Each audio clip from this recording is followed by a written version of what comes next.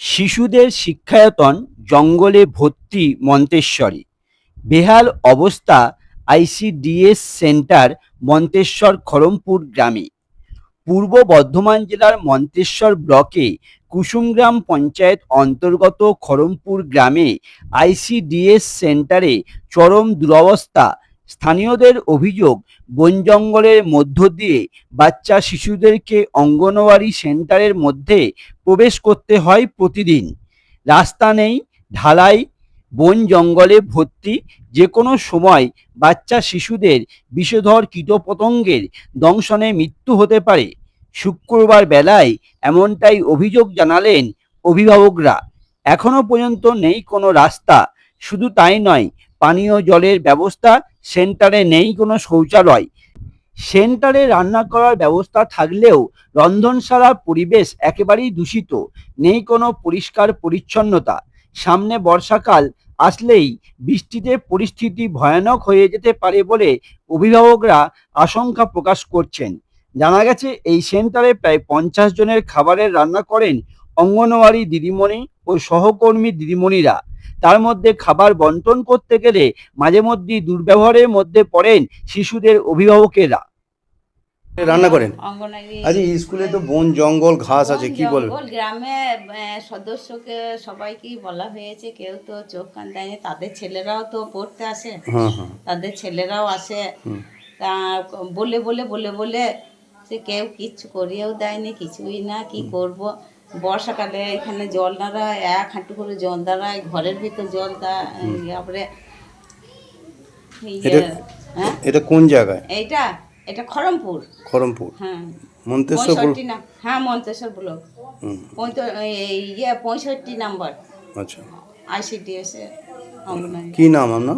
আমি মিনতি সাঁতরা। আপনি কি রান্না করেন নাকি? হ্যাঁ, আমি রান্না করি, সহায়িকা। কত বছর ধরে রান্না করছেন? আমি বোধহয় 15-20 বছর ধরে। আপনার বাড়ি তাহলে? হ্যাঁ, আমার বাড়ি ওই পাড়ায়, খড়মপুরি। হ্যাঁ, খড়মপুর। তাহলে আপনারা কি দাবি চাইছেন এই বন জঙ্গল বা হ্যাঁ, ছাপ করতে হবে। কেউ করেও দিচ্ছে না।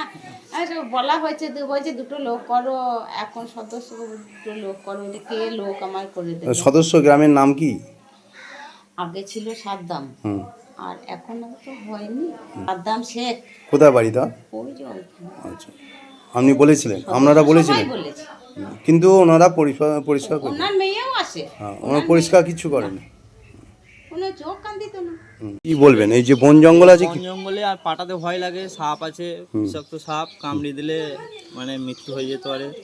আর এই যে কল অবস্থা খারাপ, কলে পায়খানা কোনো ব্যবস্থা নেই।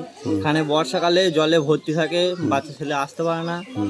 আর এইখানে বাগানার যিনি বলেছে সদস্যকে, মানে বলেছিল, এবার সদস্য কি করেছে সেটা আমরা বলতে পারছি না।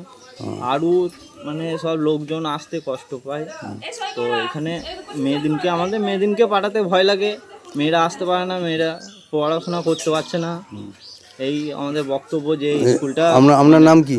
আমার নাম সুমিত ঘোষ। বাড়ি এই পাশেই। আপনার দুটো মেয়ে পড়তে আসে স্কুলে, কি নাম? একটা তৃপ্তি ঘোষ আর একটা ঈশা ঘোষ। তাহলে আপনারা কি দাবি করছেন? দাবি করছি এইখানটা যেন ভালোভাবে মানে হয়, ঢালাই হয়ে যায়, ভালো পরিষ্কার থাকে, পায়খানা যেন, কারেন্ট যেন আসে। তাহলে গ্রামের সদস্যকে তো জানিয়েছে, তাহলে তারা উত্তর দেয় নাই। না, তাহলে কি বলবেন আপনার? কি সদস্যর নামটা কি? সাদ্দাম কি? সাদ্দাম শেখ। এই আমার বক্তব্য যে এইটা স্কুলটা যেন শুধরে যায়, যেন ঢালাই হয়, এই আমার বক্তব্য। আমার এই অঙ্গনারী খড়মপুর 65 নম্বর অঙ্গনারী সেন্টার, এখানে মানে বৃষ্টি হলেই ঘাসে ভর্তি হয়ে যায়।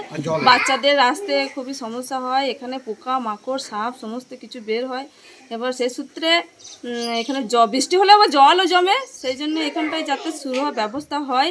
আর আমি জানিয়েছিলাম গ্রামের পঞ্চায়েতে কিংবা আমার সদস্য, হ্যাঁ, তেমন কোনো কাজ হয়নি।